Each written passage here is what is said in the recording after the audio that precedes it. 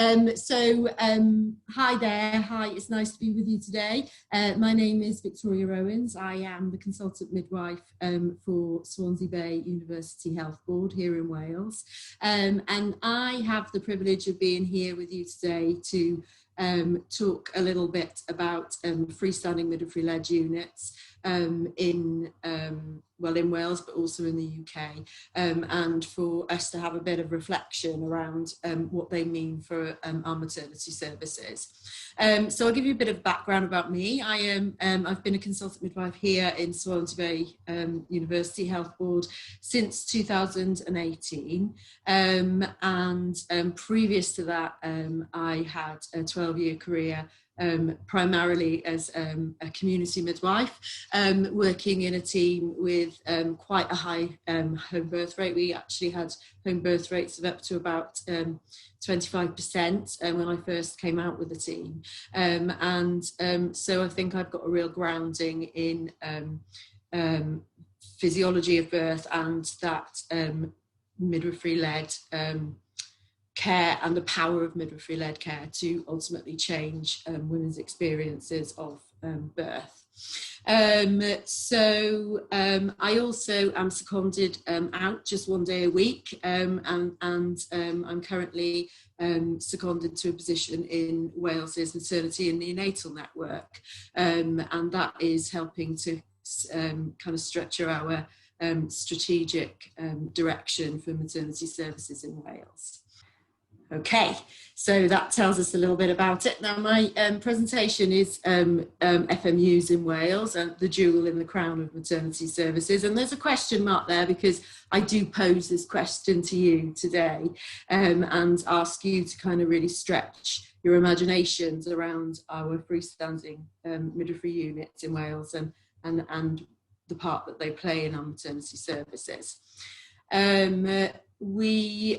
I suppose for those who are not very familiar with freestanding midwifery units, the definition of a freestanding is really a midwifery-led unit which is outside of the grounds of an obstetric unit, and usually by definition the transfer method would be via road transportation, and usually an ambulance transfer during labour or at around the time of birth. Okay, so I just wanted to set the scene by us looking really at the landscapes of freestanding midwifery units in Wales. This picture is from 2019, and the red dots there pose the positions of our freestanding midwifery units in Wales.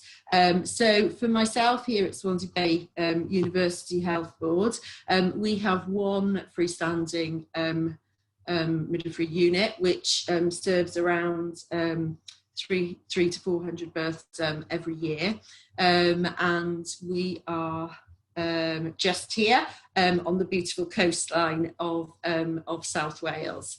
But you can see, we are lucky in Wales that we do have quite a few freestanding midwifery-led units.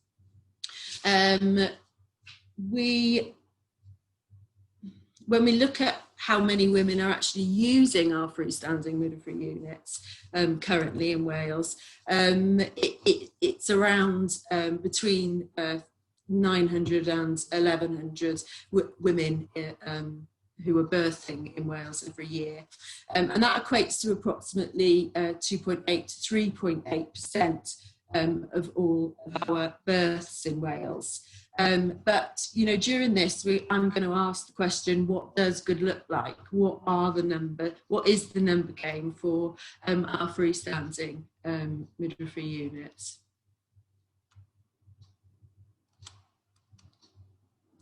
So what's the evidence base?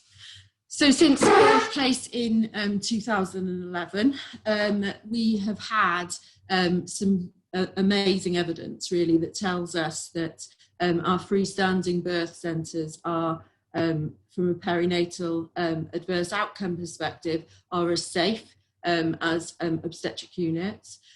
We know that actually there is less intervention for women, and this is women who without complexity. It's a specific group of women, but for those women we certainly know that there are these improved outcomes, which includes reduction in intervention and improved normal birth outcomes. Now, there's often a question around, why freestanding as opposed to an alongside. And actually, the freestandings outperform. So they do outperform the alongside midwifery units in their outcomes and also in their transfer rates as well. The evidence base is clear, and NICE certainly supports that evidence base as well in giving the recommendation, particularly for our prima-paris women, that actually birthing in a freestanding birth unit for women without complexities certainly improves short and possibly long-term health for women. If it's not enough that actually we've got this amazing evidence base, we also know that from a cost perspective, it makes sense. It makes perfect, efficient sense for us to be investing in our freestanding midwifery units. Now, the other bits, and the bits that are also very interesting to me and something that really excites me greatly, is the fact that actually there seems to be a different community of practice within our freestanding midwifery units that is different and quite unique to birth centres, and the fact that they're freestanding is a really important part of that. We think that actually there are parts of a freestanding birth centre, which is why women will choose to birth there, that looks for safety outside of statistics. So actually for a lot of women, it's around the human factors of freestanding midwifery units that makes them want to birth there. And that's important when we think about our maternity services and structures of care that we're currently in. There's also some evidence about actually enhancing the midwifery skill set and how knowledge is generated. So how this tacit knowledge that is deep rooted from the normal physiology of birth, and that's probably been passed down from generations to generations in midwives, that possibly you're not going to find in textbook, but is there in the actions and the being of midwives within the freestanding birth centres, and we've seen that in some qualitative studies that have been conducted. There's also interesting for me about this team element of freestanding midwifery units, and that the terms around neighbourliness, which is really embedding the fact that midwives that work in these areas are very much part of a team ethos and will utilise one another's knowledge and skills to provide an excellent service of care for women during labour and birth. There's also, and I found this bit also is particularly interesting, are the times of unexpected insight, or those aha moments, the moments when actually things click into place. When we see the physiology, we know the anatomy and physiology behind the theory behind birth, but then to actually witness the emergence of birth and different skill sets in midwifery that really make the difference in outcomes for women by supporting that physiology. And I just love that, that aha moment. I've had plenty of those during my time in practice. So we know that. So where's the revolution? 2011, Birthplace was published. It should have revolutionised our midwifery care. It should have changed our services overnight. Pathways should have naturally led to our freestanding birth centres. As we've already said, you know, particularly for our nulliparous women, the freestanding birth centres for women without complexities is known to be the safest place for them to birth, safe for their babies, but also safest for themselves and their long and short and long term health. So where have we been as midwives? Why didn't that make such a change in our practice? You will hear some people talking about obstetric units for women without complexities, and comparing them really to how drugs are used, and the fact that NICE would really class it as unethical to be providing women without complexities and with normal straightforward pregnancies to be exposing them to obstetric units is actually quite an unethical thing for us to be doing in our modern maternity services. And yet still we see these pathways that naturally lead women to areas where we know they'll sustain higher rates of intervention.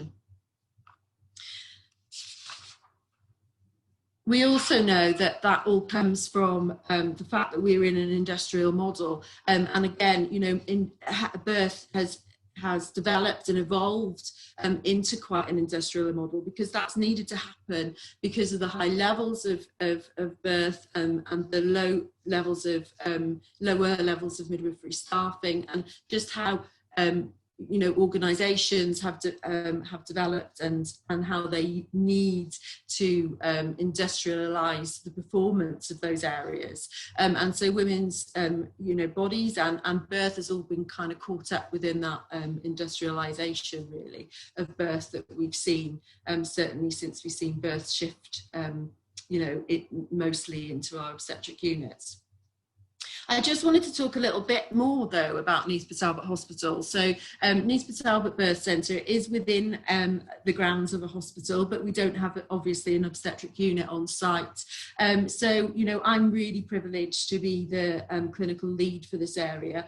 And since I've been here, I've really started to think about and consider actually, we know that there's benefits, but actually when you sit that and apply that to our Welsh populations, I do wonder actually whether potentially there are more benefits, even more benefits than birthplace has displayed for our populations here in Wales. So I'll give you a bit of a background that Neath Talbot Hospital is the borough of Neath Talbot, or the local authority of Neath and Talbot is, you know, has some real challenges. So we know that there are really high rates of social deprivation here, and certainly health inequalities within this area.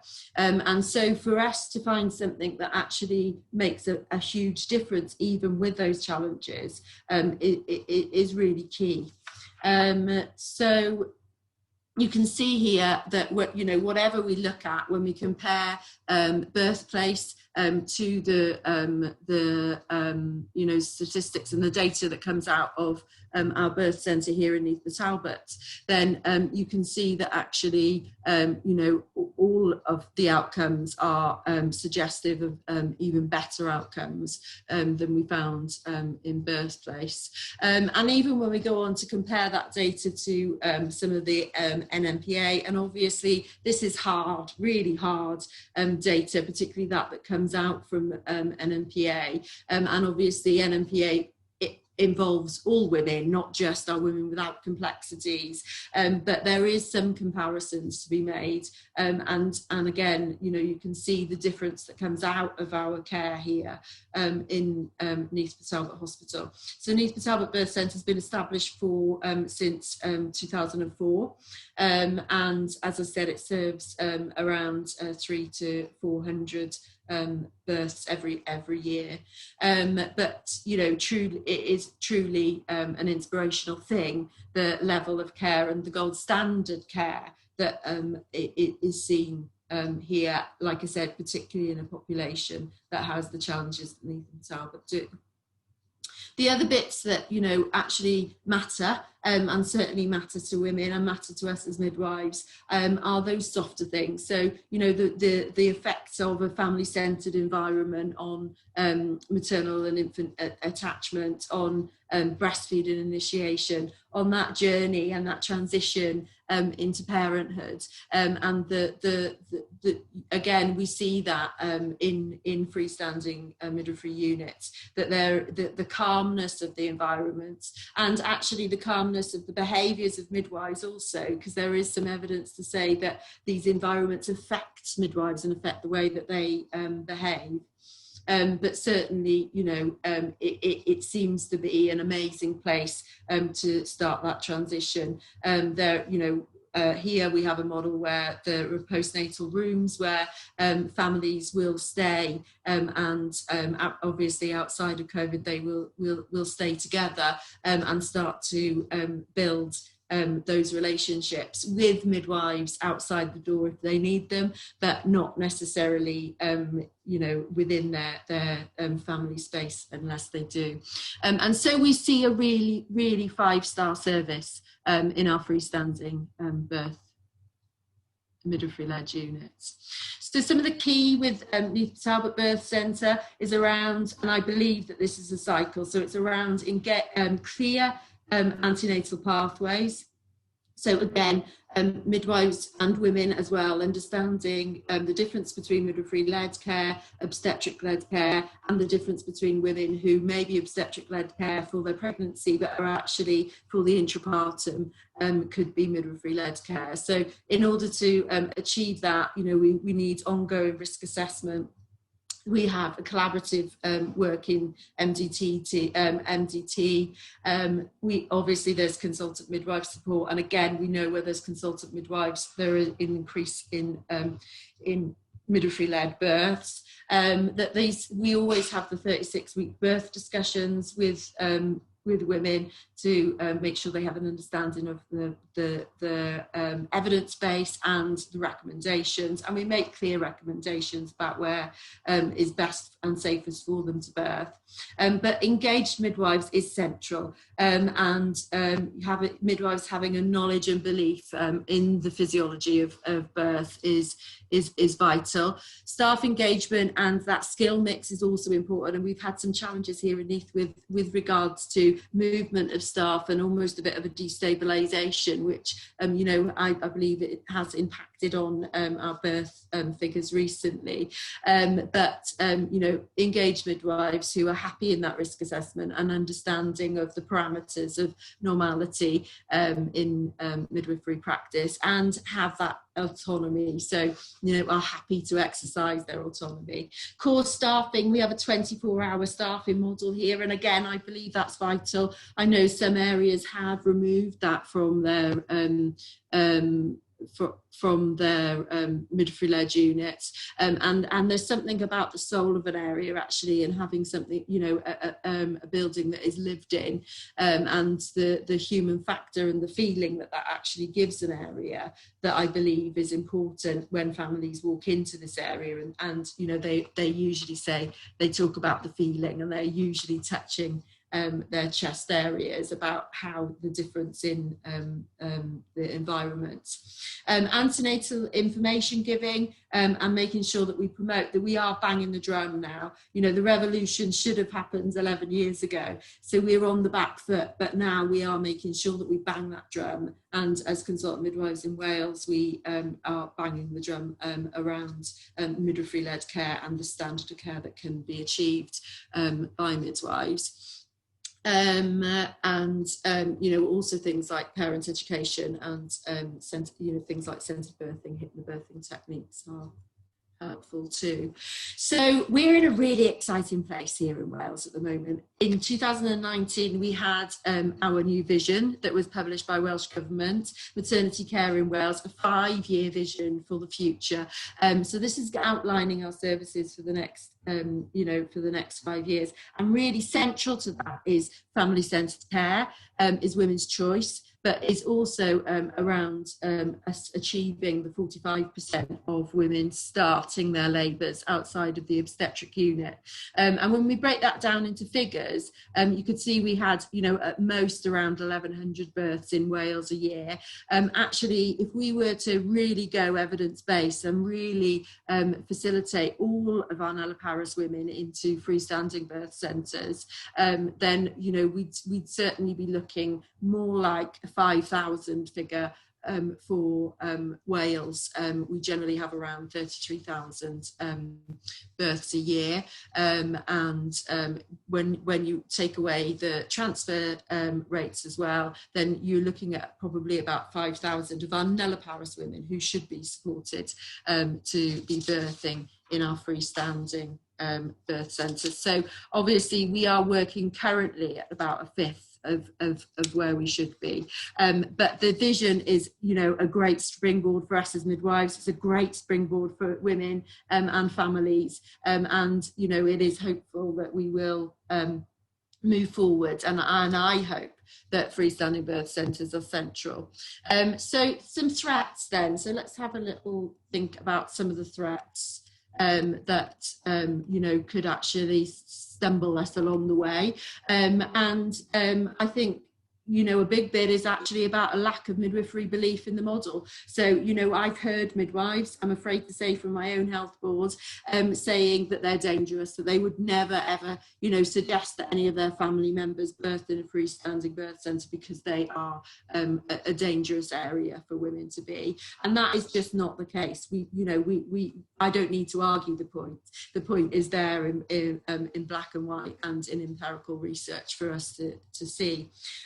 That they're a luxury that we can't afford. So there's this quantitative quality almost to the fact, because they're, we generally don't have as many births at all as the obstetric units. So actually that means that they're of poorer quality and probably are something that we could do without. So we've also got, constant rumours, and since I've been in my job, I've heard it constantly. They're closing us down, we're closing, and that's come from all over the place. I've heard that from all levels of our, of our service. A woman said to me that they were even talking about it when she was in theatre a little while ago, and that isn't the case. That's never been something that's been on the table. And I know that that's not unique to us. I know that that is currently there in the language. And so you're always having to really combat those kind of rumours that can be out there. So what about misguided measures of success? So here we've got our babies hanging on the line. And I'm sure that lots of your freestanding midwifery units use this method. And we have it here in East Talbot, where we have a line that we proudly pin up every baby's, obviously with their parents' consent, every baby's onto the line as a welcome. It's a gesture of welcome to our area, but it's also around that visual count for us as midwives and as we're trying to push forward. But are we right in counting like that? Again, it's putting things into quantity and almost forgetting about the quality of even one experience, which can be far superior. Lack of continuity, obviously, again, our vision is counter-battling that. So all of our services in Wales are working really, really hard to put some continuity in place. And in Wales, we're aiming for antenatal and postnatal continuity with 2 midwives for routine care by 2024. But we are looking up and looking more at the full model of continuity, including the intrapartum, for the future beyond the point of this vision that's currently published. But we know again that continuity helps. It helps with women's choices. It helps with that trust and that relationship. And you often hear midwives, and I often you women as well, that would say, if you're there, then I'm much more likely to go to those areas because they have that faith and trust in you. A loss of experienced staff, like I said, it is absolutely dependent on that lovely wealth of knowledge and experience that keeps our freestanding birth centres safe for women, and that midwifery skill that has developed over years. And so our skill mixes are important because we need to pass those skills on, but it is about that balance. Staffing models, I believe that is a threat. When we see the more the higher rates of births in freestanding birth centres, they're usually the models that are staffed 24 hours, 7 days a week. Transfer pathways and delays, this is something that we are looking into in Wales currently, because actually we need to be able to safely transfer those. And birthplace says around 20% of all women would need to be transferred out of a freestanding birth centre, and so we need to make sure that those pathways are clear, and that we've got suitable means of transfer. Again, in Neath Patel, but we've seen that potentially affect women's choices, where we're always obviously very open and honest about our transfer times and rates, and those are monitored regularly. But sometimes that that is, especially for our nulliparous women who have the higher rates of transfer, is a key part of their decision making, and so there's probably some work to do there. Women's stories now, as fantastic as positive stories are for our areas, obviously sometimes negative stories also have a very big impact, particularly when we're in a period of transition in midwifery, where we're trying to build public and a community confidence in midwifery models. And so, we can see the ripple effects of poorer outcomes, and there will be poorer outcomes. Just statistically, we know that will happen within our freestanding birth centres. It's just the perspective that is actually put onto that from our communities is often quite different from the obstetric units, and so we need to be mindful of that. Criterias, we do need to be mindful of tiers, of creating tiers of criteria of midwifery-led care. I know we often see different practices developing in our alongside compared to our freestanding, and as midwives we need to be really protective of that, of understanding what a model of midwifery-led care is, and making sure that all of those areas align, so that we know firstly what we're measuring, but secondly that we're always offering the same thing. And so then we know we resist creating those tiers in care. Criteria is also one of those things that is very, very difficult for us, and that we are forever having to negotiate as criteria changes. Gap Grow, the introduction of programs like Gap Grow, and then the effects that's particularly had. So we've seen that particularly on our women who are considered then large for dates via Gap Grow, and the impact of that potentially on confidence and decision making. So those are some of the things that we just need to watch. But in the threats, we have so many more opportunities, and so we have all of these documents kind of on white papers surrounding us in Wales. We've got the principles of prudent healthcare that absolutely talks about women being co-producers of care, caring for those with the greatest health need first, do only what is needed, and that is really key for me. Only what is needed for us in midwifery, that actually should be outlining all of the care that we're providing, and to make sure that we reduce inappropriate variation. And so we see also women's stories and how fantastic they are for our areas, and the strength and power in women's stories in one another. So you'll see my colleagues over here, Louise and Emma, who published a book, Your Birth, Stories from the Midwifery-Led Areas, and the impact and the gift that was for us as midwives and for our midwifery-led areas is something that we should really cherish.